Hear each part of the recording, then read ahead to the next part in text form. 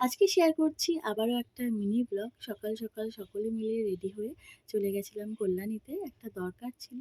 তো আমি, মিঠুন আর বাবা-মা দুজনেই গেছিলাম। মানে মিঠুনের বাবা-মা। তো আমার জীবনে আমি ১ম বার কল্যাণীতে আসছি। আর আজকে তো সকাল থেকেই বৃষ্টি হচ্ছে। আজকে সারাদিন বৃষ্টি হয়েছে। তো কল্যাণীতেও বৃষ্টি হচ্ছিল। শহরটা দেখে যতটুকুনি আমি বুঝলাম, মনে হলো কেউ রং তুলি দিয়ে সুন্দর করে সাজিয়ে রেখেছে। সেটা বলে ভাষায় প্রকাশ করা যাবে না। তো খুব ভালো লেগেছে আমার শহরটা। আর আমি শুনেও ছিলাম যে খুব সুন্দর সাজানো গোছানো এই কল্যাণী। আমি যেহেতু ঘুরতে পারিনি মানে ঘোরার জন্যেও যাইনি। তাই যতটুকুনি দেখেছি ততটুকুনিতেই আমার এই অনুভূতিটা হয়েছে। তো যাই হোক, বৃষ্টিতে কাজ সব মিটিয়ে নিয়ে চলে এসেছি আবার বনগাঁতে।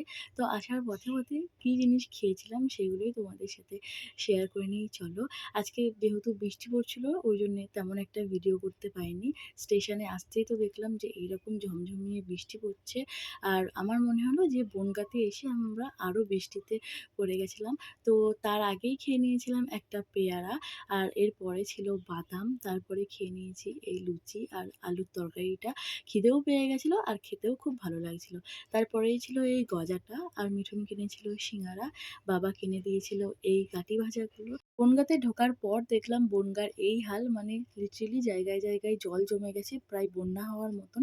আর বাড়িতে এসে এতগুলো পার্সেল পেয়েছি। আজকে সব পার্সেলগুলোই মাই রিসিভ করেছিল। রাতের ডিনারটাও করে নিই। ছিল ভাত, আলুর তরকারি আর ঘি। তো আজকের ভিডিওটা এইটুকুনি। ভালো লাগলে like, comment, share and subscribe.